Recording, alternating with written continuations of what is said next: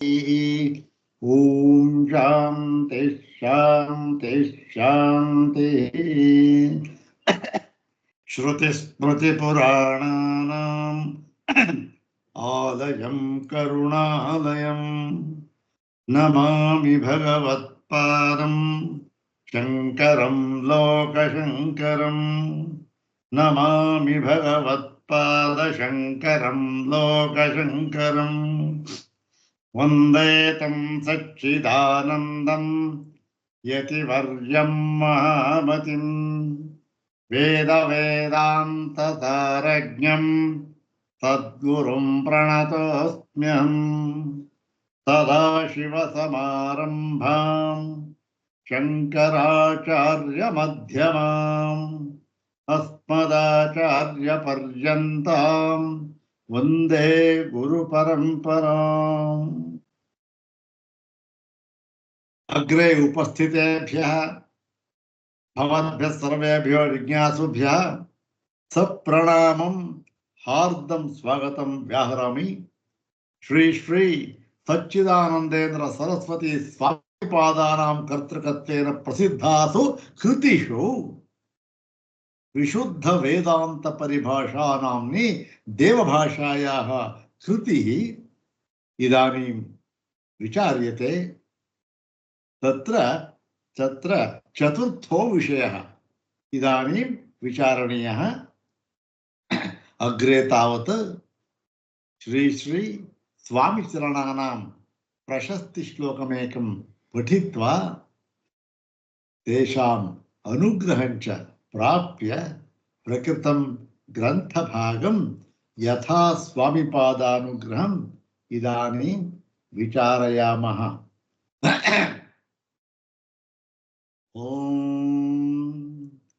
ಕಷಾಯರಹಿತಂ ಕಾಷಾಯವಾಸಂ ಸ್ವರೂಪನಿಷ್ಠಂ ಪರಿಪೂರ್ಣಬೋಧಂ ವಂದೇ ನಿಶಂ ಸಚ್ಚಿದಾನಂದರೂಪಂ ಸರಸ್ವತೀಂ ಇಂದ್ರಸಮಾನತೇಜಂ.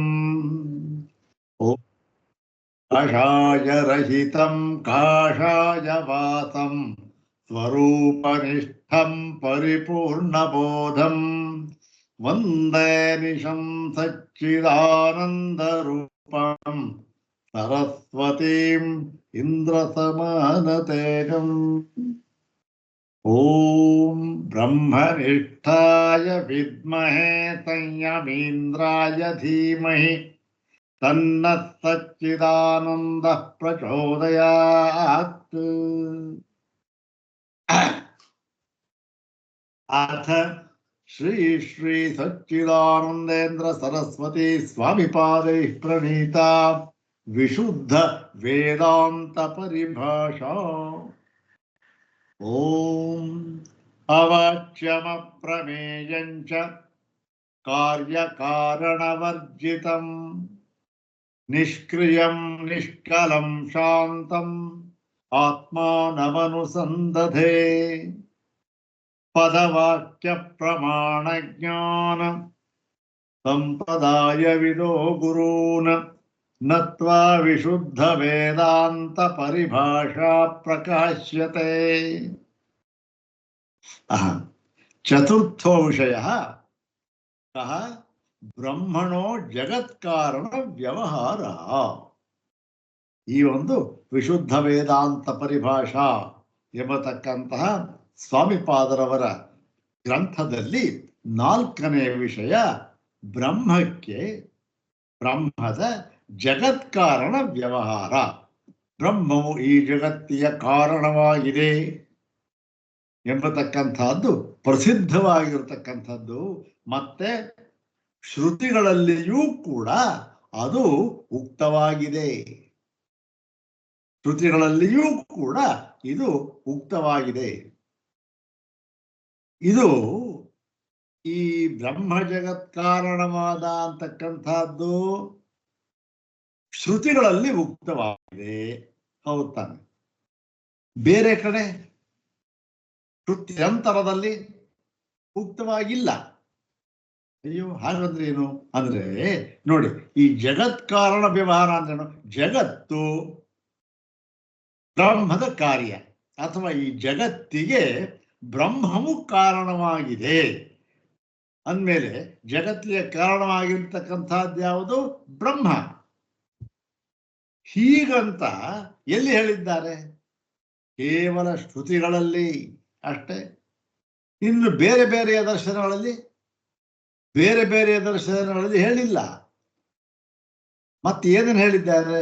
ಯದ್ಯಪಿ ಅವರು ಈ ಒಂದು ಜಗತ್ತಿಗೆ ಕಾರಣವನ್ನು ಹೇಳಿದ್ದರೂ ಕೂಡ, ಅಂದ್ರೇನು? ಜಗತ್ತು ಕಾರ್ಯ, ಇದಕ್ಕೊಂದು ಕಾರಣ ಇದ್ದೇ ಇದೆ ಅಂತ ಹೇಳಿದ್ದರೂ ಕೂಡ ಅದು ಬ್ರಹ್ಮ ಅಂತ ಏನು ಒಪ್ಪಿಲ್ಲ ಅವರು. ಏನೋ ಬೇರೆ ಬೇರೆದ್ದೆಲ್ಲ ಒಪ್ಕೊಂಡಿದ್ದಾರೆ. ಇರ್ಲಿ, ಅದು ಹೇಗೆ ಆದರೂ ಕೂಡ ಕಾರ್ಯಕಾರಣ ವ್ಯವಹಾರವನ್ನ ಪ್ರತಿಯೊಬ್ಬರೂ ಕೂಡ ಒಪ್ಪಿದ್ದಾರೆ. ಈ ಒಂದು ಬ್ರಹ್ಮಾಂಡದಲ್ಲಿ ಎಷ್ಟು ದರ್ಶನಗಳಿವೆಯೋ ಅವರೆಲ್ಲರೂ ಕೂಡ ಈ ಕಾರ್ಯಕಾರಣವಾದವನ್ನು ಒಪ್ಪಿದ್ದಾರೆ. ಬ್ರಹ್ಮ ಕಾರಣವಾದನ ಬೇರೆ ವೇದಾಂತಗಳು ಶ್ರುತಿಗಳು ಒಪ್ಪಿರಬಹುದು, ಬೇರೆ ಒಪ್ಪಿಲ್ಲದೆ ಇರಬಹುದು. ಆದರೆ ಕಾರ್ಯಕಾರಣವಾದವನ್ನ ಪ್ರತಿಯೊಬ್ಬರೂ ಒಪ್ಪಿದ್ದಾರೆ. ಈ ಒಂದು ಜಗತ್ತಿಗೆ ಎಂಥ ಜಗತ್ತಿಗೆ? ನಾಮರೂಪಾತ್ಮಕವಾಗಿರತಕ್ಕಂತಹ ಜಗತ್ತಿಗೆ, ಸ್ಥಾವರ ಜಂಗಮಾತ್ಮಕವಾಗಿರತಕ್ಕಂತಹ ಜಗತ್ತಿಗೆ, ಚರಾಚರಾತ್ಮಕವಾಗಿರತಕ್ಕಂತಹ ಜಗತ್ತಿಗೆ, ಮತ್ತು ಚೇತನ ಜಡಾತ್ಮಕವಾದ ಈ ಜಗತ್ತಿಗೆ ಇದು ಕಾರ್ಯ, ಇದಕ್ಕೆ ಕಾರಣ ಅಂತಕ್ಕಂಥದ್ದು ಬಂದಿದೆ ಎಂಬುದಾಗಿ ಪ್ರತಿಯೊಂದು ದರ್ಶನದಲ್ಲಿಯೂ ಕೂಡ ಹೇಳಲ್ಪಟ್ಟಿದೆ. ಈಗ ಪ್ರಕೃತ ನಾವು ವೇದಾಂತಿಗಳಾದ್ದರಿಂದ ನಮಗೆ ವೇದ ಪ್ರಮಾಣ ಏನು ಹೇಳ್ತಾ ಇದೆ? ವೇದ ಪ್ರಮಾಣದಿಂದ ನಮಗೇನು ಗೊತ್ತಾಗ್ತಾ ಇದೆ?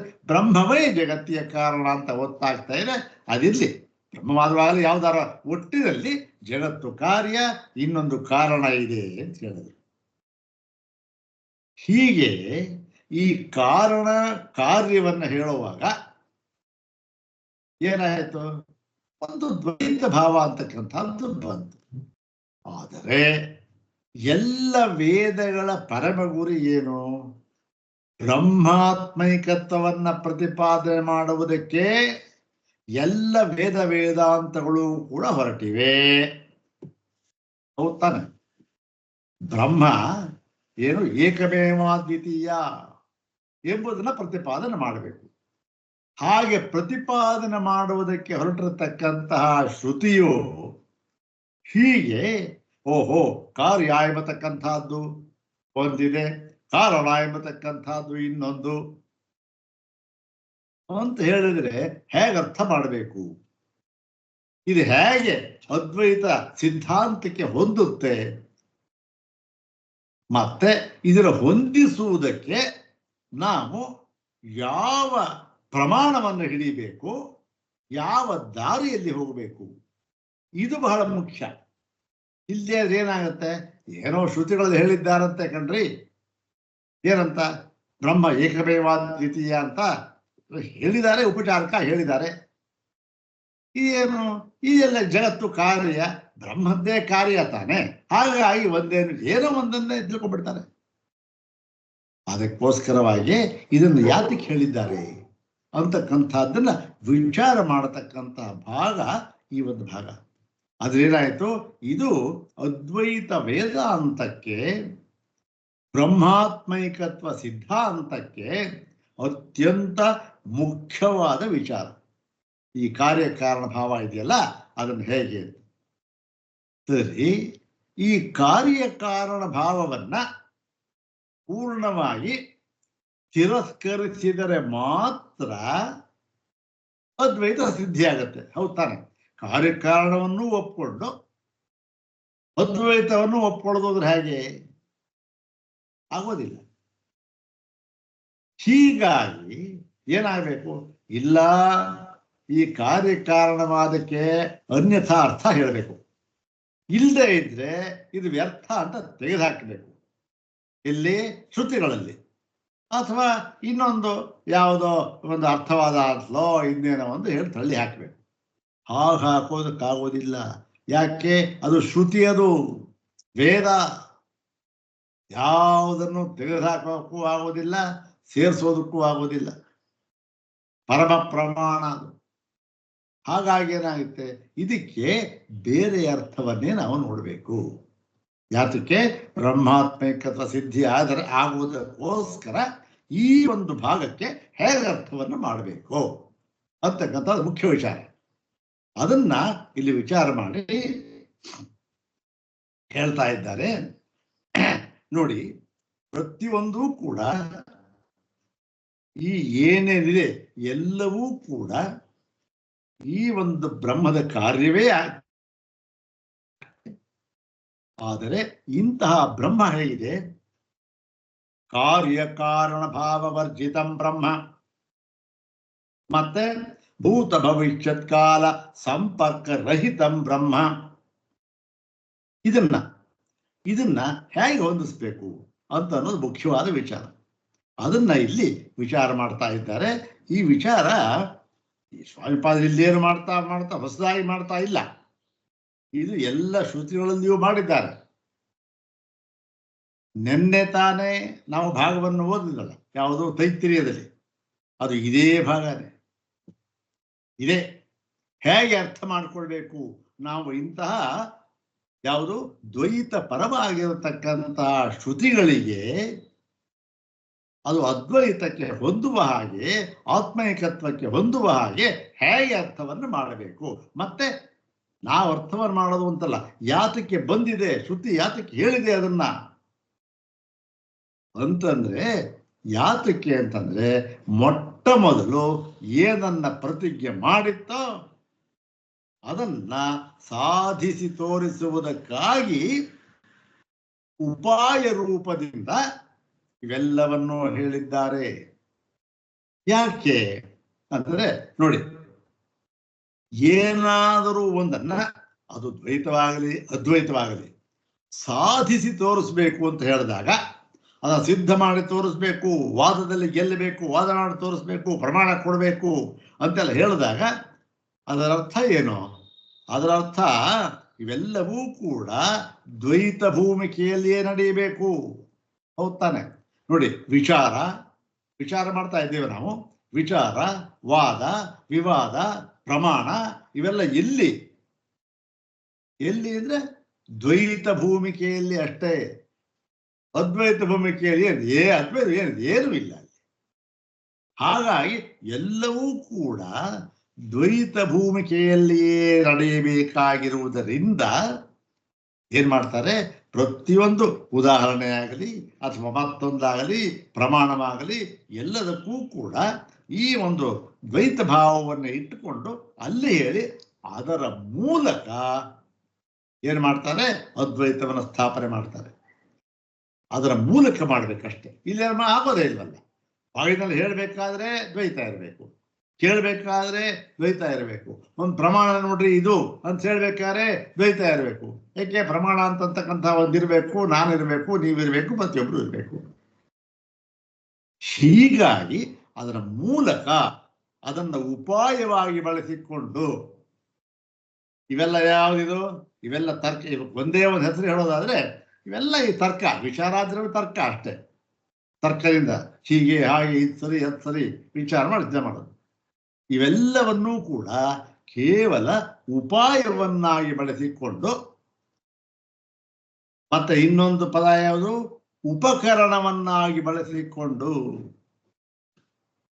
ಏನ್ ಮಾಡ್ತಾರೆ, ಆ ಬ್ರಹ್ಮಾತ್ಮೈಕತ್ವವನ್ನ ಸಿದ್ಧ ಮಾಡಿ ಉಪನಿಷತ್ತುಗಳಲ್ಲಿ ಹೇಗೆ ಪ್ರತಿಪಾದಿತವಾಗಿದೆ ಎನ್ನುವುದನ್ನ ತೋರಿಸ್ತಾ ಇದ್ದಾರೆ.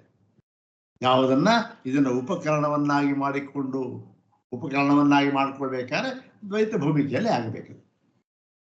ಅಲ್ಲಿ ಅದ್ವೈತವನ್ನು ಸ್ಥಾಪನೆ ಮಾಡ್ತಾರೆ. ಇದನ್ನ ಆಚಾರ್ಯ ಶಂಕರ ಭಗವತ್ಪಾದರು ಮೊಟ್ಟ ಮೊದಲಿಗೆ ತಮ್ಮ ಈ ಒಂದು ಭಾಷ್ಯ ಉಪಕ್ರಮದಲ್ಲೇ ಹೇಳ್ಬಿಟ್ಟಿದ್ದಾರೆ.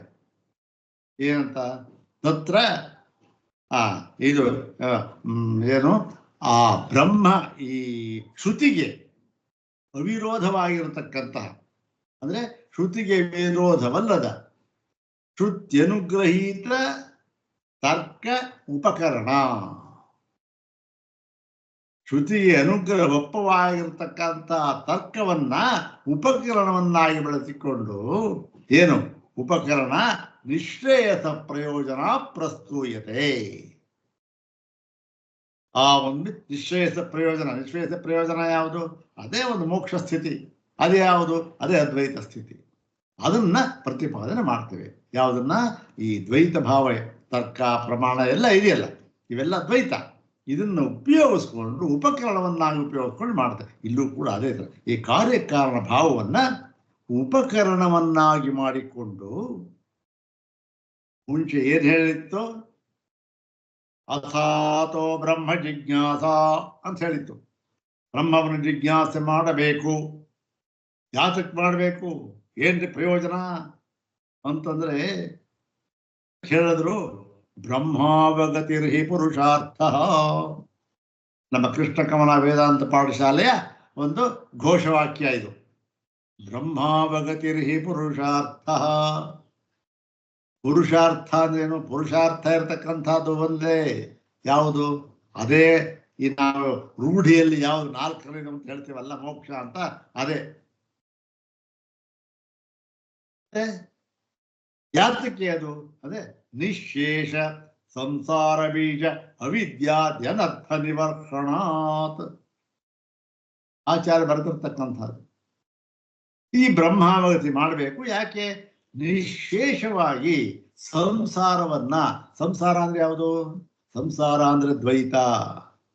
ಹೌದ್ ತಾನೆ? ಸಂಸಾರ ಅಂದ್ರೆ ಏನು? ಎಲ್ಲ ದ್ವೈತ. ಕಷ್ಟ, ಸುಖ, ಲಾಭ, ನಷ್ಟ, ಜನ್ಮ, ಮರಣ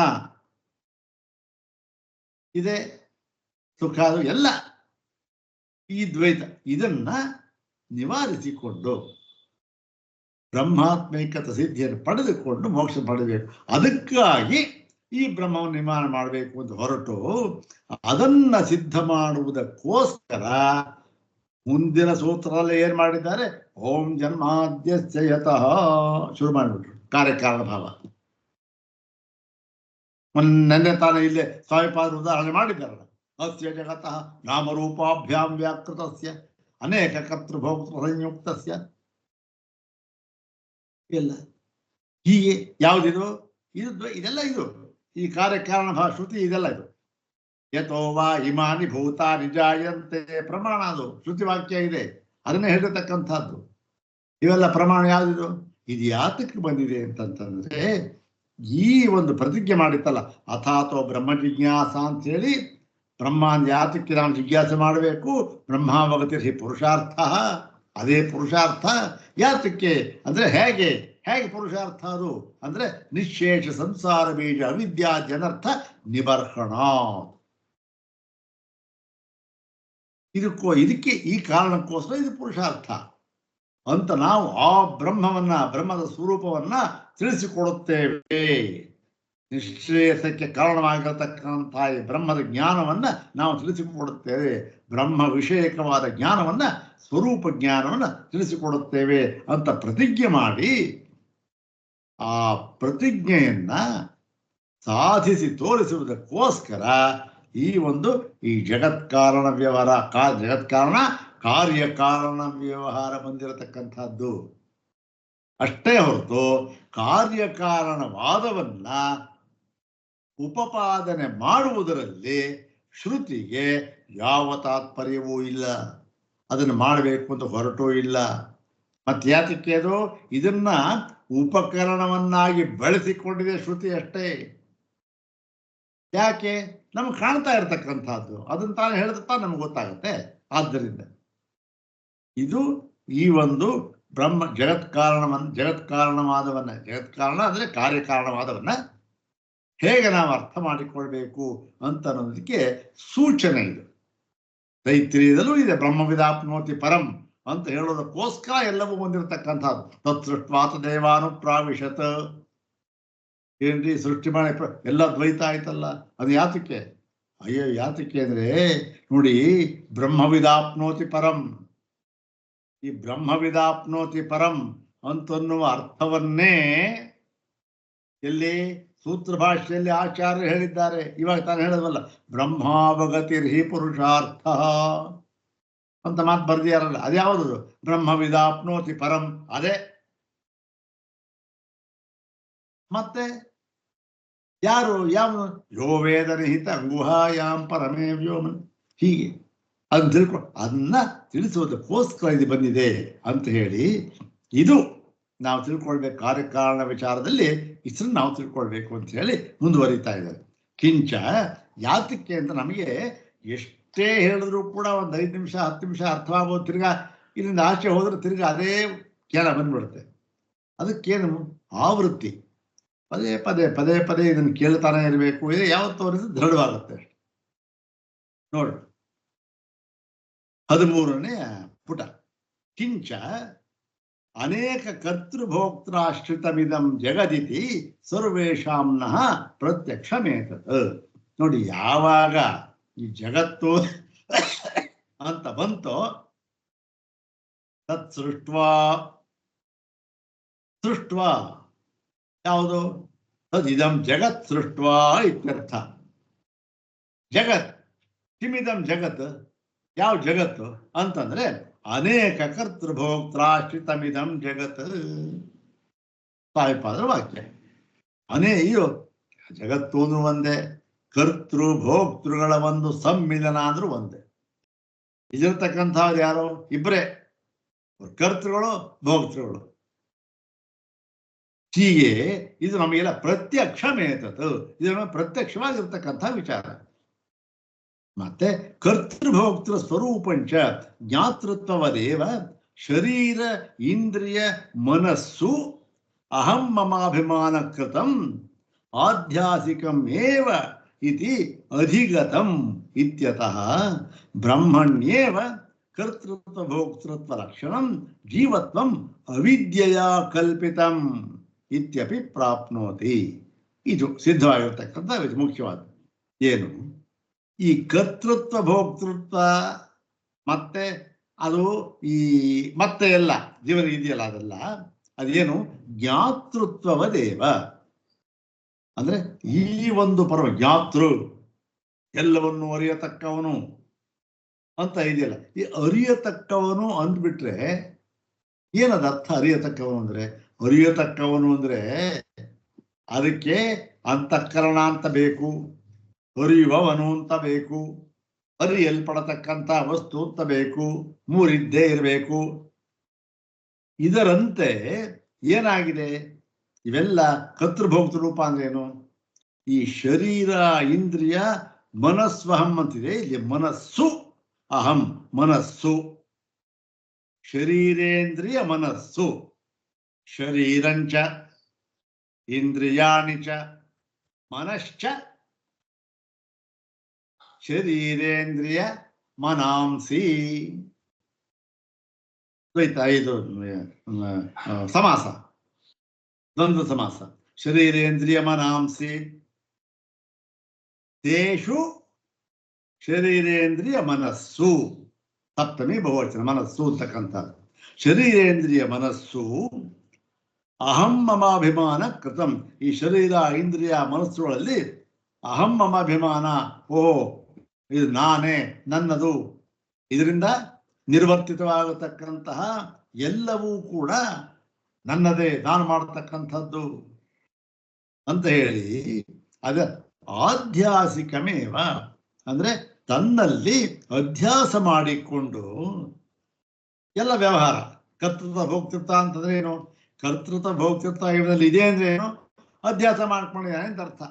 ಶರೀರ ಇಂದ್ರಿಯ ಮನಸ್ಸು ಇವನ್ನೆಲ್ಲ ನಾನು ಅಂತ ಮಾಡ್ಕೊಂಡಿದ್ದಾನೆ ಅಂತ ಅರ್ಥ. ಯಾಕೆ? ಅದರಿಂದ ನಿರ್ವರ್ತಿತವಾಗಿರ್ತಕ್ಕಂಥದ್ದು ಇವೆಲ್ಲ ಅದನ್ನ ನಾನೇ ಮಾಡ್ತಾ ಇದ್ದೇನೆ ಅಂದ್ಕೊಂಡಿದ್ದೇನೆ. ಹೀಗೆ ಆಧ್ಯಾಸಿಕ ಅಂತ ತಿಳ್ಕೊಂಡು ಅದೇ ಇತ್ಯಲ್ಲ ಬ್ರಹ್ಮಣ್ಯೇವ ಕರ್ತೃಭೋಕ್ತೃ ಲಕ್ಷಣ ಜೀವಾತ್ಮತ್ವ. ಹೀಗೆ ಬ್ರಹ್ಮದಲ್ಲಿಯೇ ಅದಕ್ಕೆ ಕರ್ತೃತ್ವ ಭೋಕ್ತೃತ್ವ ಇದೆ ಅಂತ ತಿಳ್ಕೊಂಡು, ಅದಕ್ಕೆ ಜೀವತ್ವ ಅಂತಕ್ಕಂಥದ್ದು ಇದೆ ಅಂತ ತಿಳ್ಕೊಂಡು ಏನಾಗಿದೆ? ಇಂತಹ ಅವಿದ್ಯೆಯಿಂದ ಕಲ್ಪಿತಂ, ಎಲ್ಲ ಕಲ್ಪಿತವಾಗಿರ್ತದೆ ಅನ್ನುವುದೇ ನಮಗೆ ಬಂದೊದಗುತ್ತದೆ. ಯಾಕೆ ಬ್ರಹ್ಮ ಎಲ್ಲ ನಿರ್ವಿಶೇಷ, ನಿರ್ವಿಕಲ್ಪ. ಇದು ಆಧ್ಯಾಸಿಕ ಅಷ್ಟೇ, ಇವೆಲ್ಲ ಕರ್ತೃತ್ವ ಭೋಕ್ತೃತ್ವ ಇಲ್ಲ. ಅಥ ಚ ಕ್ವಚಿತ್ ಕ್ವಚಿತ್ ಶ್ರುತೌ ಜೀವಾನಾಂ ಬ್ರಹ್ಮಣ ಸಕಾಶಾತ್ ಉತ್ಪತ್ತಿ ದರ್ಶಿತ. ಮತ್ತೆ ಇನ್ನೊಂದು ಕಡೆ ಏನಾಗಿದೆ, ಸ್ವಲ್ಪ ಗೊಂದಲ ಆಗುವ ಹಾಗಿದ್ಬಿಟ್ಟಿದೆ. ಯಾಕೆ ಅಂತಂದ್ರೆ ನೋಡಿ, ಬ್ರಹ್ಮಕ್ಕೆ ಉತ್ಪತ್ತಿ ಇಲ್ಲ, ಈ ಜೀವಕ್ಕೆ ಉತ್ಪತ್ತಿ ಇದೆ, ಅದರಿಂದ ಸುಖ ಸಂಸಾರ ಅವೆಲ್ಲ ಉತ್ಪತ್ತಿ ಇದೆ ಅಂತಂತಾದ್ರೆ ಅದೇನು ಆಧ್ಯಾಸಿಕ ಕಲ್ಪಿತ ಸಮೃದ್ಧಿ ಅಧ್ಯಾರೋಪ ಮಾಡ್ಕೊಂಡಿರ್ತಕ್ಕಂಥದ್ದು ಅಂತಂದ್ಮೇಲೆ, ಓಹೋ ಬ್ರಹ್ಮ ಹಾಗಿದೆ, ಇದು ಹೀಗೆ ಅಧ್ಯಾರೋಪ ಅಂದ್ರೆ ಶ್ರುತಿಗಳಲ್ಲಿ ಇನ್ನೊಂದು ತರಹನೂ ಇದೆಯಲ್ಲ. ಏನು, ಯಾವಾಗ ಬ್ರಹ್ಮಕ್ಕೆ ವಿಕಾರವನ್ನು ಹೇಳುವಾಗ ಹುಟ್ಟು ಅಂತಕ್ಕಂಥದ್ದು ವಿಕಾರ, ಹುಟ್ಟು ವಿಕಾರವನ್ನು ಹೇಳುವಾಗ ಅದನ್ನ ಜೀವಕ್ಕೆ ವಿಕಾರವನ್ನು ಹೇಳುವಾಗ ಬ್ರಹ್ಮದ ಜೊತೆಯಲ್ಲೇ ಹೇಳ್ಬಿಟ್ಟಿದಾರಲ್ಲ, ಬ್ರಹ್ಮವನ್ನು ಸೇರಿಸ್ಬಿಟ್ಟು ಹೇಳ್ಬಿಟ್ಟಿದಾರಲ್ಲ. ಅವಾಗೇನೋ ಬ್ರಹ್ಮಕ್ಕೂ ವಿಕಾರವನ್ನು ಹೇಳ್ದಂಗಾಯ್ತಲ್ಲ. ಅಂದ್ರೆ ಅದನ್ನ ಹೇಳ ನೋಡಿ ಮುಂದೆ ಕ್ವಚಿತ್ ಕ್ವಚಿತ್ ಅಲ್ಲರಿ, ಕೆಲವು ಕಡೆ ಶ್ರುತಿಯಲ್ಲಿ ಜೀವಾನಾಂ ಬ್ರಹ್ಮಣ ಸಕಾಶಾತ್, ಈ ಜೀವನಿಗೆ ಬ್ರಹ್ಮದ ಜೊತೆಯಲ್ಲಿಯೇ ಉತ್ಪತ್ತಿ ದರ್ಶಿತ, ಉತ್ಪತ್ತಿ ಹೇಳ್ಬಿಟ್ಟಿದ್ದಾರೆ. ಉತ್ಪತ್ತಿ ಅಂದ್ರೆ ಏನು, ಉತ್ಪತ್ತಿ ಅಂದ್ರೆ ಅಶಾಶ್ವತ ಅಂತ ಅಷ್ಟೆ, ಅಸತ್ಯ ಅಂತ. ಉತ್ಪತ್ತಿ ಏನು, ಅದು ಮರಣಕ್ಕೆ ಲಯಕ್ಕೆ ಬದ್ಧವಾಗಿರಬೇಕು. ಯಾವಾಗ ಇದು ಉತ್ಪತ್ತಿ ಆಯಿತು ಅಂತ ನಾವು ಹೇಳ್ತೀವ ಒಂದು ವಸ್ತು, ಅದು ಲಯವಾಗುವುದಕ್ಕೂ ತಕ್ಕದ್ದಾಗಿದೆ ಅಷ್ಟೆ. ಉತ್ಪತ್ತಿ ಆಯಿತು ಅಂದ್ರೆ ಲಯಕ್ಕೆ ತಕ್ಕದ್ದದು. ಹೀಗೆ ಅದನ್ನ ಜೀವನಿಗೇನೋ ಆಗಲಿ, ಆದ್ರೆ ಬ್ರಹ್ಮದ ಜೊತೆ ಹೇಳ್ಬಿಟ್ಟಿದಾರಲ್ಲ ಅದನ್ನು ಅಂತಂದ್ರೆ ಅಲ್ಲಿ ಬ್ರಹ್ಮಕ್ಕೂ ಇದು ಪ್ರಾಪ್ತವಾಗ್ಬಿಡ್ತಲ್ಲ ಈ ವಿಕಾರ. ಅಂದ್ರೆ ಅಥಚ ಮಾತ ಅಂದ್ರೆ ಎಲ್ಲಿ ಹೇಳಿದ್ದಾರೆ ಸ್ವಾಮಿ ಅಂತಂದ್ರೆ, ಉದಾಹರಣೆ ಯಥೋರ್ಣನಾಭಿ ತಂತುನ ಉಚ್ಚರೇತ್ ಯಥಾ ಅಗ್ನೇ ಕ್ಷುದ್ರಾ ವಿಸ್ಫುಲಿಂಗಾ ವಿಚರಂತಿ ಏವಮೇವ ಅಸ್ಮಾದಾತ್ಮನಃ ಸರ್ವೇ ಪ್ರಾಣಾಃ ಸರ್ವೇ ಲೋಕಾಃ ಸರ್ವೇ ದೇವಾಃ ಸರ್ವಾಣಿ ಭೂತಾನಿ ಸರ್ವಯೇತಾತ್ಮಾನೋ ವಿಚರಂತಿ ಯಥಾ ಊರ್ಣನಾಭಿ ತಂತುನ ಉಚ್ಚರೇತ್. ಅಂದ್ರೇನು, ಈ ಒಂದು ಊರ್ಣನಾಭಿ ಅಂತಂದ್ರೆ ಈ ಜೇಡರ ಹುಳ ಅಂತ ಇದೆಯಲ್ಲ, ಅದು ತಂತುನ ಉಚ್ಚರೇತ್ ಯಥಾ, ಅದೇನು ಆ ಒಂದು ಆ ನೂಲು ಅಂತ ಅದು ಬಿಡುತ್ತಲ್ಲ, ಅದು ಯಾವುದ್ರ ಕಾರ್ಯ, ಅದು ಆ ಒಂದು ಊರ್ಣನಾಭಿ ಅಂತಕ್ಕಂಥದ್ದು ಕಾರ್ಯ. ಮತ್ತೆ ಅಗ್ನಿಯಿಂದ ಆ ಬೆಂಕಿಯಿಂದ ಕ್ಷುದ್ರ ವಿಸ್ಫುಲಿಂಗ, ಅಗ್ನಿ ದೊಡ್ಡದಾಗಿದೆ, ಅದರಿಂದ ಸಣ್ಣ ಸಣ್ಣ ಕಿಡಿಗಳು ಬಂದ್ಬಿಡ್ತವೆ. ಅಂದ್ರೆ ಏನು, ಅಗ್ನಿ ಕಾರಣ, ಆ ಕಿಡಿ ಅಂತಕ್ಕಂಥದ್ದು ಕಾರ್ಯ. ಹೀಗೆ ಉತ್ಪತ್ತಿಯನ್ನ ಕಾರಣದ ಜೊತೆಯಲ್ಲಿಯೇ ಹೇಳ್ಬಿಟ್ಟಿದ್ದಾರೆ. ಅಗ್ನಿಗೂ ಕಾರಣ, ವಿಸ್ಫುಲಿಂಗಕ್ಕೂ ಕಾರಣ, ಊರ್ಣನಾಭಿನೂ ಕಾರಣ, ಇದಕ್ಕೂ ಯಾವುದು ಅತಂತು ಎಲ್ಲ ಇದೆಯಲ್ಲ ಅವೆಲ್ಲ ಅದು. ಹೀಗೆ ಎರಡನ್ನು ಹೇಳ್ಬಿಟ್ಟಿದಾರಲ್ಲ ಅಂತಂದ್ರೆ ಅದೇ ರೀತಿ ಅಸ್ಮಾದಾತ್ಮನಃ, ಈ ಒಂದು ಆತ್ಮನಿಂದ ಎಲ್ಲ ಪ್ರಾಣಗಳು, ಲೋಕಗಳು, ದೇವರು, ಸರ್ವಾಣಿ ಭೂತ, ಎಲ್ಲ ಭೂತಗಳು, ಎಲ್ಲ ಆತ್ಮನುಗಳು ಕೂಡ ವಿಚ್ಚರಂತೆ, ಇದು ಸಿಡಿದು ಬಂದಿರುತ್ತಾರೆ. ವಿಚ್ಚರಂತೆ ಅಂದ್ರೆ ಸಿಡಿದು ಬಂದಿರುತ್ತಾರೆ, ಬೆಂಕಿಯಿಂದ ಕಿಡಿ ಸಿಡಿದು ಬಂದ ಹಾಗೆ ಹಿಡಿದು ಬಂದಿರುತ್ತಾರೆ ಅಂತ ಇದೆಯಲ್ಲ ಬೃಹದಾರಣ್ಯಕದಲ್ಲಿ. ಮತ್ತು ಈ ಒಂದು ಮುಂಡಕದಲ್ಲೂ ಕೂಡ ಯಥಾ ಸುದೀಪ್ತ ಪಾವಕಾದ್ವಿಸ್ಫುಲಿಂಗಾ ಸಹಸ್ರಶ ಪ್ರಭವಂತೆ ಸ್ವರೂಪಾ ತಥಾಕ್ಷರಾ ದ್ವಿಧ ಸೌಮ್ಯ ಭಾವಾ ಪ್ರಜಾಯಂತೆ ತತ್ರ ಚೈವಾಪಿಯಂತಿ. ಇದು ಹಾಗೆ ಅಗ್ನಿಯಿಂದ ವಿಸ್ಫುಲಿಂಗ ಹೊರಡುತ್ತಲ್ಲ ಹಾಗೆ ಅಂತ ಅಲ್ಲಿ ಹೇಳಿದಾರಲ್ಲ. ಅಂದ್ರೆ ಅತ್ರ ಇಲ್ಲಿಯೂ ಕೂಡ ಏನು ನಾವು ಅರ್ಥ ಮಾಡ್ಕೋಬೇಕು ಅಂದ್ರೆ, ಭೋಗ್ಯಜಾತಸ್ಯ ಇವ ಭೋಕ್ತೃಣಾಂ ಜೀವಾನಾಮಪಿ ಪೃಥಕ್ ಸೃಷ್ಟಿ ಶಿಷ್ಯತೆ. ಇಲ್ಲಿಯೂ ಕೂಡ ಏನಾಗಿದೆ, ಭೋಗ್ಯಜಾತಸ್ಯ ಇವ, ಭೋಗ್ಯಜಾತ ಏನು, ಭೋಗ್ಯಗಳು ಯಾರು, ಜೀವರುಗಳು. ಭೋಗ್ಯಜಾತ ಭೋಕ್ತೃ ಯಾರು, ಭೋಕ್ತೃ ಅಂತ ಅನುಭವಿಸ್ತಕ್ಕಂಥ ಇನ್ನೊಬ್ಬ, ಅವನು ಭೋಕ್ತೃನಾಂ ಜೀವಾನಾಂ, ಭೋಗ್ಯ ಅಂತಕ್ಕಂಥದ್ದು ಅನುಭವಿಸಲ್ಪಡತಕ್ಕಂಥದ್ದು, ಭೋಕ್ತೃ ಅಂತಕ್ಕಂಥದ್ದು ಅನುಭವಿಸ್ತಾ ಇರತಕ್ಕಂಥ ಜೀವ. ಒಂದು ಜೀವ ಅವನು ಭೋಕ್ತೃ, ಅವನಿಗೆ ಭೋಗ್ಯವಾಗಿರ್ತಕ್ಕಂಥದ್ದನ್ನ ಅವನು ಅನುಭವಿಸುವುದಕ್ಕೆ ಯೋಗ್ಯವಾಗಿರ್ತಕ್ಕಂಥ ಎರಡಕ್ಕೂ ಕೂಡ ಏನ್ ಹೇಳಿದ್ದಾರೆ, ಜೀವನ ಪೃಥಕ್ ಸೃಷ್ಟಿ ಅಂದ್ರೆ ಬೇರೆ ಬೇರೆಯಾಗಿ ಸೃಷ್ಟಿ, ಆ ಒಂದು ಉತ್ಪತ್ತಿ ಅನ್ನೋದನ್ನ ಅಲ್ಲಿ ಹೇಳಿಬಿಟ್ಟಿದ್ದಾರೆ. ಮತ್ತು ಅಚೇತನಾನಾಮಿವ ಚೇತನಾನಾಮಪಿ ಪ್ರಳಯಶ್ಚ ಇದಂ ವಿಜ್ಞಾನಂಚ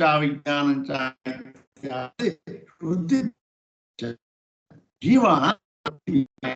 ಮತ್ತೆ ಈ ಅಚೇತನದಂತೆಯೇ ಚೇತನವನ್ನೂ ಕೂಡ ಅದನ್ನೂ ಕೂಡ ಸೇರಿಸಿ ಹೇಳಿಬಿಟ್ಟಿದ್ದಾರೆ. ಅಂದ್ರೆ ಇಲ್ಲಿ ಅಚೇತನ ಚೇತನ ಅಂದ್ರೆ ಏನರ್ಥ ಅಂದ್ರೆ ಏನಿಲ್ಲ, ಇದು ಸಾಮಾನ್ಯವಾಗಿ ಅರ್ಥ ತಗೋಬೇಕೇ ಹೊರತು ವಿಶೇಷವಾದ ಅರ್ಥ ಪರಮಾತ್ಮ ಅದನ್ನು ತಗೋಬಾರ್ದು. ಇಲ್ಲಿ ಅಚೇತನ ಚೇತನ ಅಂದ್ರೆ ಏನು? ಅಚೇತನ ಅಂತ ಅನ್ನೋದು ಯಾವುದಕ್ಕೆ ಅನ್ವಯಿಸುತ್ತೆ? ಅಚೇತನ ಅಂತಕ್ಕಂಥದ್ದು ಕಾರ್ಯಕ್ಕೆ, ಚೇತನಕ್ಕಂಥದ್ದು ಕಾರಣಕ್ಕೆ ಅನ್ವಯಿಸುತ್ತೆ. ಹಾಗೆ ಅಂತ ಮಾಡ್ಕೊಳ್ಬೇಕು, ಅನ್ವಯಿಸುತ್ತೆ. ಅಂದ್ರೆ ಹೀಗೆ ಕಾರ್ಯಕ್ಕೂ ಕಾರಣಕ್ಕೂ ಎರಡಕ್ಕೂ ಸೇರಿ ಅಂದ್ರೇನು? ಅಗ್ನಿ ಅದು ಕಾರಣ, ವಿಸ್ಫುಲಿಂಗ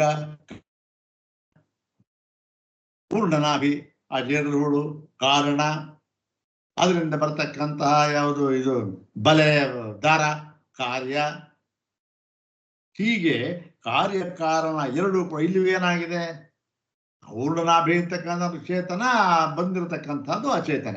ಕಾರ್ಯಕಾರಣ ಎರಡಕ್ಕೂ ಕೂಡ ಹೇಳಿಬಿಟ್ಟಿದ್ದಾರಲ್ಲ ಅನ್ಸರಿ. ಎಲ್ಲಿ ಅಂದ್ರೆ ಅದು ಅಚೇತನ ನಾಮಿವ ಚೇತನಕ್ಕೂ ಕೂಡ ಏನ್ ಹೇಳಿದ್ದಾರೆ? ಸೃಷ್ಟಿಯನ್ನು ಹೇಳಿದ್ದಾರೆ. ಮತ್ತೆ ಪ್ರಳಯ ಹೇಳಿದ್ದಾರೆ ಅಂದ್ರೆ ಸೃಷ್ಟಿಯನ್ನು ಹೇಳಿದ್ರೆ ಪ್ರಳಯ ಆಗಲೇಬೇಕು ಹೇಳಿದ್ದಾರೆ. ಮತ್ತೆ ಎಲ್ಲಿ ಹೇಳಿದ್ದಾರೆ? ಇದಂ ಸರ್ವಮಸ್ರ ಜೊತ, ಇದೆಲ್ಲವನ್ನು ಸೃಷ್ಟಿ ಮಾಡಿತು. ಎಲ್ಲವನ್ನು ಅಂದ್ರೆ ಯಾವುದು? ವಿಜ್ಞಾನಂಚ ನೆನೆತಾರೆ ನೋಡುದಲ್ಲ. ತಚ್ಚತ್ಯಚ್ಚಾಭವತ್ ನಿರುಕ್ತಂಚ ನಿಲಯನಂಚ ವಿಜ್ಞಾನಂಚ ಅಂದ್ಬಿಟ್ಟು ಸತ್ಯಂಚ ಅನೃತಂಚ. ಹೀಗೆ ಎಲ್ಲವನ್ನೂ ಕೂಡ ಚೇತನ ಅಚೇತನ ಎಲ್ಲವನ್ನೂ ಕೂಡ ಕಾರ್ಯ ಕಾರಣ ಎಲ್ಲವನ್ನೂ ಸೇರಿಸ್ಬಿಟ್ಟು ಇದಕ್ಕೆ ಉತ್ಪತ್ತಿ ಮತ್ತು ಪ್ರಳಯ ಹೇಳಿಬಿಟ್ಟಿದ್ದಾರಲ್ಲ. ಅಲ್ಲಿಗೆ ಬ್ರಹ್ಮಕ್ಕೂ ಕೂಡ ಉತ್ಪತ್ತಿ ಪ್ರಳಯ ಹೇಳಿದಾಗ ಆಗೋಯ್ತಲ್ಲ ಅಂತಂದ್ರೆ ತತ್ರ ಇನ್ನು ಉದಾಹರಣೆ ಕೊಡ್ತಾರೆ. ತತ್ರ ನ ಜೀವೋ ಮ್ರಿಯತೆ ತತ್ವಮಸಿ ಇತಿ ಚ ಜೀವಸ್ಯ ನಿತ್ಯತ್ವಂ ಬ್ರಹ್ಮ ಭಿನ್ನತ್ವಂಚ ಶ್ರೂಯಮಾಣ. ಹೀಗೆ ನ ಜೀವೋ ಮ್ರಿಯತೆ ಅಂತ ಹೇಳ್ಬಿಟ್ಟು ಮುಂದೆ ಎದನ್ನೇನು ಹೇಳಿದ್ದಾರೆ? ಇದನ್ನು ಹೇಳಿದ್ದಾರೆ. ಜೀವನಿಗೆ ಪ್ರಳಯ ಸಾವು ಅಂತಕ್ಕಂಥದ್ದು ಇಲ್ಲ. ಮತ್ತು ತತ್ವಮಸಿ ಅದೇ ನೀನಾಗಿದ್ದೀಯೇ. ಹೀಗೆ ಜೀವನ ನಿತ್ಯತ್ವ, ನೀನು ಅದಾಗಿದ್ದ, ನೀನು ಅಂದ್ರೆ ಯಾರು? ಜೀವ. ಅದು ಅಂದ್ರೆ ಯಾವುದು? ಬ್ರಹ್ಮ. ನೀನೇ ಅದಾಗಿದ್ದೀಯ ಅಂದ್ರೆ ಈ ಅನಿತ್ಯನಾದ ಜೀವನಿಗೂ ಕೂಡ ನಿತ್ಯತ್ವವನ್ನು ಹೇಳಿದಾಗಾಯ್ತು. ಜೀವನಿಗೂ ಕೂಡ ನಿತ್ಯತ್ವ, ಮತ್ತೆ ನ ಜೀವೋ ಮ್ರಿಯತೆ, ಅವನಿಗೂ ಕೂಡ ಮ್ರಿಯತೆ ಅಂದ್ರೆ ಸಾವಿಲ್ಲ ಅಂದ್ರೆ ಉತ್ಪತ್ತಿಯೂ ಇಲ್ಲ, ಉತ್ಪತ್ತಿ ಇಲ್ಲ ಸಾವಿಲ್ಲ ಅಂತ ಹೇಳಿದಾಗಾಯ್ತಲ್ಲ ಅವನಿಗೂ. ಅಂದ್ರೆ ಇಂಥ ವಾಕ್ಯಗಳನ್ನ ಇದು ನಿತ್ಯತ್ವ ಮತ್ತೆ ಇದು ಬ್ರಹ್ಮಾಭಿನ್ನತ್ವಂಚ ತತ್ವಮಸಿ. ಯಾವ ವಾಕ್ಯ ಇದು? ಬ್ರಹ್ಮಾಭಿನ್ನ, ಬ್ರಹ್ಮಕ್ಕಿಂತ ಭಿನ್ನವಾಗಿರತಕ್ಕಂಥ ವಾಕ್ಯ. ಇಂತಹ ವಾಕ್ಯಗಳಿಗೆ ಶ್ರುತಿ ಎಲ್ಲಿದೆ? ಇದು ಶ್ರುತಿಯಲ್ಲಿ, ಶ್ರೂಯಮಾಣ ಶ್ರುತಿಯಲ್ಲಿ ಇದೆ. ಅದಕ್ಕೋಸ್ಕರ ಏನದನ್ನ ಅದು ನಿರವಕಾಶಂ. ನಿರವಕಾಶಂ ಅಂದ್ರೆ ಅದು ವ್ಯರ್ಥವಾಗಿ ಬಿಡಬಾರದು, ಅದಕ್ಕೆ ಅವಕಾಶವೇ ಇಲ್ಲದೆ ಹೋಗ್ಬಿಡಬಾರದು, ವ್ಯರ್ಥವಾಗಿ ಬಿಡಬಾರದು ಅಂತ ಹೇಳಿ ಅದಕ್ಕೆ ಏನ್ ಮಾಡಬೇಕು? ಅದಕ್ಕೆ ನ ಅನ್ಯಥಾ ನೇತುಂ ಶಕ್ಯಂ. ಈ ಒಂದು ವಾಕ್ಯವನ್ನ ಅನ್ಯಥಾ ನೇತುಂ ನ ಶಕ್ಯಂ ಅಂದ್ರೇನು? ಜೀವನಿಗೆ ಉತ್ಪತ್ತಿ ಇಲ್ಲ ಮರಣವಿಲ್ಲ ಅನ್ನೋದನ್ನ ಅನ್ಯಥಾ ಅಂದ್ರೇನು? ಜೀವನು ಉತ್ಪತ್ತಿ ಇದೆ ಮರಣವಿದೆ ಅಂತ ಹೇಳೋದಾಗ್ಲಿ ಅದನ್ನ ಆಗೋದಿಲ್ಲ. ಯಾಕೆ? ಬ್ರಹ್ಮ ಅಭಿನ್ನ ಅದು. ಆದ್ದರಿಂದ ಅದು ಹೇಳುವ ಹಾಗೆ ಇತ್ಯತಃ ಅದೇ ರೀತಿ ಜೀವೋತ್ಪತ್ತಿ ಶ್ರುತಯ, ಜೀವನಿಗೆ ಉತ್ಪತ್ತಿಯನ್ನು ಹೇಳಿದಾರ ಶ್ರುತಿ. ಕೆಲವು ಕಡೆ ಉತ್ಪತ್ತಿಯನ್ನು ಹೇಳಿದ್ದಾರೆ, ಉತ್ಪತ್ತಿಯನ್ನು ಹೇಳಿಲ್ಲ. ಉತ್ಪತ್ತಿಯನ್ನು ಹೇಳಿಲ್ಲ ಅಂತ ಅನ್ನುವುದನ್ನ ಬೇರೆಯ ವಿಧವಾಗಿ ಹೇಗೆ ಅರ್ಥ ಮಾಡಿಕೊಳ್ಳಬಾರದೋ, ಬೇರೆ ವಿಧ ಅಂದ್ರೇನು? ಉತ್ಪತ್ತಿಯನ್ನು ಜೀವನಿಗೆ ಉತ್ಪತ್ತಿ ಇಲ್ಲ ಅಂತ ಅನ್ನೋದನ್ನ ಬೇರೆ ವಿಧವಾಗಿ ಅರ್ಥ ಮಾಡಿಕೊಳ್ಬಾರದು. ಓ ಇದೇ ತಕೊಂಡ್ರಿ ಅರ್ಥ ಮಾಡ್ಕೋಬಾರದು, ಇಲ್ವೇ ಅದು. ಅದೇ ರೀತಿ ಈ ಒಂದು ಉತ್ಪತ್ತಿಯನ್ನ ಹೇಳ್ಬಿಟ್ಟಿದಾರಲ್ಲ, ಉತ್ಪತ್ತಿಯನ್ನ ಹೇಳಿರುವುದನ್ನ ಅದನ್ನೇನ್ ಮಾಡ್ಬೇಕು? ಅದನ್ನ ಬೇರೆ ತರಹ ಅರ್ಥ ಮಾಡ್ಬೇಕು. ಹಾಗೆ ಆ ಜೀವನಿಗೆ ಉತ್ಪತ್ತಿ ಇಲ್ಲ, ಬ್ರಹ್ಮ ಅಭಿನ್ನ ಅಂತ ಹೇಳಿದಾರಲ್ಲ, ಅದಕ್ಕೆ ಹೊಂದುವ ಹಾಗೆ ಇದನ್ನ ನಾವು ಇದಕ್ಕೆ ನಾವು ಅರ್ಥವನ್ನು ಮಾಡ್ಕೋಬೇಕು. ಎರಡನ್ನೂ ಹೇಳಿದ್ದಾರೆ ನೋಡಿ. ಜೀವನಿಗೆ ಉತ್ಪತ್ತಿ ಇಲ್ಲ ಅಂತ ಹೇಳಿದ್ದಾರೆ, ಇದನ್ನ ಬದಲಾಯಿಸಿ ಹೇಳೋದಕ್ಕೆ ಸಾಧ್ಯ ಇಲ್ಲ. ಯಾಕೆ? ಅದೇ ಸಿದ್ಧಾಂತ, ಆತ್ಮೈಕ್ಯದ ಸಿದ್ಧಾಂತ. ಇದನ್ನು ಬದಲಾಯಿಸಿ ಹೇಳೋದಕ್ಕೆ ಸಾಧ್ಯ ಇಲ್ಲ. ಮತ್ತೆ ಕೆಲವರಿಗೆ ಜೀವನಿಗೆ ಉತ್ಪತ್ತಿ ಹೇಳ್ಬಿಟ್ಟಿದಾರಲ್ಲ, ಅಂದ್ರೆ ಅಲ್ಲಿ ಏನ್ ಮಾಡ್ಬೇಕು ಅಂದ್ರೆ ಅಲ್ಲಿ ಅದನ್ನ ಬದಲಾಯಿಸಿಕೊಂಡು ಅರ್ಥ ಮಾಡುವುದಕ್ಕೆ ಸಾಧ್ಯವಿದೆ. ಯಾಕೆ? ಇದಕ್ಕೆ ಹೊಂದುವಾಗಿ ಅರ್ಥ ಮಾಡಬೇಕು. ಏಕಮೇವಾದ್ವಿತೀಯತ್ವವನ್ನು ಸ್ಥಾಪನೆ ಮಾಡುವುದಕ್ಕೆ ಈ ಒಂದು ಗ್ರಂಥ ಹೊರಟಿರ್ತಕ್ಕಂಥದ್ದು. ಅದನ್ನ ಆಧಾರವಾಗಿಟ್ಟುಕೊಂಡು ಅದಕ್ಕೆ ಹೊಂದುವ ಹಾಗೆ ಅದನ್ನು ನಾವು ಅನ್ಯಥಾ ಅರ್ಥವನ್ನು ಮಾಡಿಕೊಳ್ಬೇಕು. ಯಾಕೆ ಹೇಳ್ತಾ ಇದ್ದಾರೆ ಇಲ್ಲಿ? ಹೀಗೆ ಕಾರ್ಯಕಾರಣ ಶ್ರುತಿ ಇದೆಯಲ್ಲ, ಅದಕ್ಕೂ ಕೂಡ ನಾವು ಅನ್ಯಥಾ ಅರ್ಥವನ್ನು ಮಾಡಿಕೊಳ್ಳಬೇಕು. ಬ್ರಹ್ಮವೂ ಕಾರಣವೂ ಅಲ್ಲ, ಕಾರ್ಯವೂ ಅಲ್ಲ ಅಂತ ಹೇಳ್ತಕ್ಕಂಥ ಶ್ರುತಿಗೆ ಅನ್ಯಥಾರ್ಥ ಸಂಭವಿಸೋದಿಲ್ಲ. ಅದು ಒಂದೇ ಅರ್ಥ, ಅದನ್ನು ಬದಲಾಯಿಸೋದಕ್ಕೆ ಸಾಧ್ಯವಿಲ್ಲ. ಆದರೆ ಈ ಹೇಳ್ಬಿಟ್ಟಿದಾರಲ್ಲ ಉತ್ಪತ್ತಿಯನ್ನ, ಬೇಕಾದಷ್ಟು ಹೇಳಿ ಉದಾಹರಣೆ ನೋಡೋದಲ್ಲ, ಹೇಳ್ಬಿಟ್ಟಿದ್ದಾರೆ ಅಲ್ಲ, ಅದನ್ನ ಹೇಗೆ ಅರ್ಥ ಮಾಡ್ಕೋಬೇಕು ಅಂದ್ರೆ ಅದನ್ನ ಬದಲಾಯಿಸ್ಕೊಂಡು ಅನ್ಯಥಾರ್ಥವನ್ನು ಮಾಡಿ ಇದಕ್ಕೆ ಹೊಂದುವ ಹಾಗೆ ನಾವು ಅರ್ಥವನ್ನು ಮಾಡಬಹುದು. ಅಷ್ಟೇ ಇದರ್ಥ. ಬ್ರಹ್ಮಾತ್ಮಕತ್ವನ ಪ್ರತಿಪಾದನೆ ಮಾಡತಕ್ಕಂಥ ಶ್ರುತಿಗಳನ್ನ ಬೇರೆ ವಿಧವಾಗಿ ಅರ್ಥ ಮಾಡುವಾಗಿಲ್ಲ. ಮತ್ತೆ ಈ ದ್ವೈತ ಪರವಾಗಿರ್ತಕ್ಕಂಥ ಶ್ರುತಿಗಳು ಬೇಕಾದಷ್ಟು ಇದೆಯಲ್ಲ, ಅದಕ್ಕೆ ಅನ್ಯಥಾರ್ಥವನ್ನು ಮಾಡಬೇಕು. ಹೇಗೆ? ಇದಕ್ಕೆ ಹೊಂದುವ ಹಾಗೆ. ಅದೇ ಅನ್ಯಥಾನಕ್ಕೆ ಇತ್ಯತಃ ಜೀವೋತ್ಪತ್ತಿ ಶ್ರುತಯ ಏವ ಅನ್ಯಥಾ ನೇತವ್ಯ. ಹಾಗೆ ಜೀವನಿಗೆ ಉತ್ಪತ್ತಿ ಇರತಕ್ಕಂಥ ಶ್ರುತಿಗಳು ಅನ್ಯಥಾ ನೇತವ್ಯ. ಅದೇನು? ಇದನ್ನು ಕೂಡ ಬೇರೆಯದಾಗಿಯೇ ನಾವು ನಡೆಯಿಸಬೇಕು. ಅದೇನು ಬೇರೆಯಾಗಿ ಅರ್ಥ ಮಾಡ್ಕೊಳ್ಬೇಕು ಅದನ್ನು ಅಷ್ಟೆ ಅಂತ ಹೇಳಿ ಯಥೋಕ್ತಂ ಅಭಿಯುಕ್ತೈ, ಇದು ಗೌಡಪಾದರ ಮಾತು. ಅದನ್ನ ಹೇಗೆ ಅರ್ಥ ಮಾಡ್ಕೋಬೇಕ್ರಿ? ಇವಾಗ ಜೀವನಿಗೆ ಉತ್ಪತ್ತಿ ಹೇಳ್ಬಿಟ್ಟಿದ್ದಾರೆ, ಅದನ್ನ ನೀವೇನು ಹೇಳಿದ್ರಿ? ಉತ್ಪತ್ತಿ ಹೇಳಿಲ್ಲ, ಆ ಶ್ರುತಿಯನ್ನ ಬದಲಾಯಿಸೋಕೆ ಆಗೋದಿಲ್ಲ. ಆದರೆ ಉತ್ಪತ್ತಿಯನ್ನು ಹೇಳಿರ್ತಕ್ಕಂಥ ಶ್ರುತಿ ಇದೆಯಲ್ಲ, ಇದನ್ನು ಬದಲಾಯಿಸ್ಕೋಬಹುದು ಅಂತ ಹೇಳಿದ್ರಿ. ಬದಲಾಯಿಸ್ಕೋಬೋದನ್ನೇನು? ಬೇರೆಯ ತರಹ ಅರ್ಥವನ್ನು ಮಾಡ್ಬೇಕಿದಕ್ಕೆ ಅಂತ ಹೇಳಿದ್ರಿ. ಬೇರೆಯ ತರಹ ಅರ್ಥ ಹೇಗೆ ಮಾಡಬೇಕು ಅಂದ್ರೆ ಅದಕ್ಕೆ ಹೇಳ್ತಾರೆ ನೋಡಿ, ಇದಕ್ಕೆ ಸಂಪ್ರದಾಯವಿದರಾದ ಗೌಡಪಾದಾಚಾರ್ಯರೇ ಪ್ರಮಾಣ. ಯಾವುದಕ್ಕೆ? ಇದಕ್ಕೆ. ಅವ್ರು ಹೇಳಿದ್ದಾರೆ ಏನು? ಇಂತಹ ಉತ್ಪತ್ತಿ ಹೇಳ್ಬಿಟ್ಟಿದ್ದಾರಲ್ಲ ಜೀವನಿಗೆ, ಅದನ್ನ ನಾವು ಹೇಗೆ ಅನ್ಯಥಾ ಅರ್ಥವನ್ನು, ಬೇರೆ ಅರ್ಥವನ್ನು ಹೇಗೆ ಮಾಡ್ಕೋಬೇಕು ಅಂತ ಅನ್ನೋದನ್ನ ಅವ್ರು ಹೇಳ್ಬಿಟ್ಟಿದ್ದಾರೆ. ಅದನ್ನ ನಾವು ಹೇಳ್ತಾ ಇದ್ದೇವೆ ಅಷ್ಟೆ ಅಂತ ಹೇಳಿ ಅಲ್ಲೇನ್ ಮಾಡ್ತಾರೆ? ಗೌಡಪಾದರ ಒಂದು ವಾಕ್ಯವನ್ನ ತಗೊಂಡು ಅದನ್ನು ಹೇಳ್ತಾ ಇದ್ದಾರೆ ನೋಡಿ. ಆತ್ಮ ಹ್ಯಾಕಾಶವಜ್ಜೀವೈ ಘಟಾಕಾಶೈರಿ ಓದಿತ ಘಟಾದಿವಚ್ಚ ಸಂಘಾತೈ ಜಾತಾವೇತನ್ನಿದರ್ಶನಂ. ಪ್ರಸಿದ್ಧವಾದ ವಾಕ್ಯ, ಅದ್ವೈತ ಪ್ರಕರಣದಲ್ಲಿ ಬಂದಿರತಕ್ಕಂಥದ್ದು. ನಾವು ನೋಡಿದ್ದೇವಲ್ಲ. ಇಲ್ಲಿ ಇದರ ತಾತ್ಪರ್ಯ ಇಷ್ಟೇ, ಅದು ನಾವು ಅಲ್ಲಿ ಓದಿದ್ದೇವೆ. ಇಲ್ಲಿ ಭಾಷ್ಯನೂ ಇದು ಹೇಳಿದ್ದಾರೆ. ಇದ್ರ ತಾತ್ಪರ್ಯ ಇಷ್ಟೇ. ಏನು? ಹೇಗೆ ಉತ್ಪತ್ತಿಯನ್ನು ಹೇಳಿದಾರಲ್ಲ, ಹೇಗೆ ಉತ್ಪತ್ತಿ, ಅದನ್ನ ಹೇಗೆ ಅರ್ಥ ಮಾಡ್ಕೋಬೇಕು ಅಂದರೆ ಘಟ ಆಕಾಶವು ಉತ್ಪತ್ತಿಯಾಯಿತು. ಈಗ ಈ ದೇಶದಲ್ಲಿ ಈ ಕಾಲದಲ್ಲಿ ಘಟಾಕಾಶ ಉತ್ಪತ್ತಿ ಆಯಿತು. ಕುಂಬಾರ ಮಡಕೆ ಮಾಡಿದ ತಕ್ಷಣ ಅಲ್ಲಿ ಆ ಮಡಕೆಯೊಳಗಿರತಕ್ಕಂಥ ಆಕಾಶ ಸೃಷ್ಟಿಯಾಯಿತು, ಘಟಾಕಾಶ ಸೃಷ್ಟಿಯಾಯಿತು. ಎಲ್ಲಿಂದ ಸೃಷ್ಟಿಯಾಯಿತು? ಮಹಾಕಾಶದಿಂದ ಸೃಷ್ಟಿಯಾಯಿತು. ಮುಂಚೆ ಮಹಾಕಾಶನ ಇತ್ತು, ಇವಾಗ ಘಟಾಕಾಶ ಸೃಷ್ಟಿಯಾಯಿತು ಅನ್ನುವುದನ್ನ ನಾವು ಹೇಗೆ ಅರ್ಥ ಮಾಡಿಕೊಳ್ಳಬೇಕೋ ಆ ರೀತಿ ಇದನ್ನ ಅರ್ಥ ಮಾಡಿಕೊಳ್ಬೇಕು. ಅಲ್ಲಿ ಏನರ್ಥ? ಇವೆಲ್ಲವೂ ಕೂಡ ಸಂಘಾತ. ಇದು ಅಷ್ಟೇ, ಎಲ್ಲವೂ ಏನಾಗಿದೆ?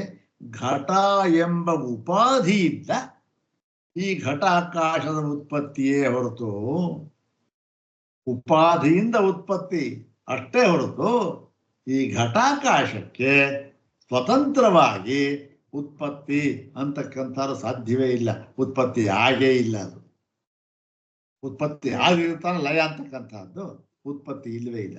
ಹಾಗೆ ಅದನ್ನ ಹೇಳತಕ್ಕಂಥ ಯಥಾ ಈ ಘಟಾಕಾಶವತ್ ಅಂತಕ್ಕಂಥ ಆತ್ಮ ಹಿ ಆಕಾಶವತ್ ಜೀವೈ ಘಟಾಕಾಶೈರಿವೋದಿತ. ಘಟಾಕಾಶ ಹೇಗೆ ಉದಿತ ಹುಟ್ಟುತ್ತೋ ಹಾಗೆ ಈ ಜೀವರುಗಳು ಹುಟ್ಟಿದ್ದಾರೆ. ಎಲ್ಲಿಂದ? ಆತ್ಮನಿಂದ, ಪರಮಾತ್ಮನಿಂದ. ಪರಮಾತ್ಮ ಯಾರು? ಮಹಾಕಾಶ ಸ್ಥಾನೀಯ. ಜೀವ ಯಾರು? ಘಟಾಕಾಶ ಸ್ಥಾನೀಯರು.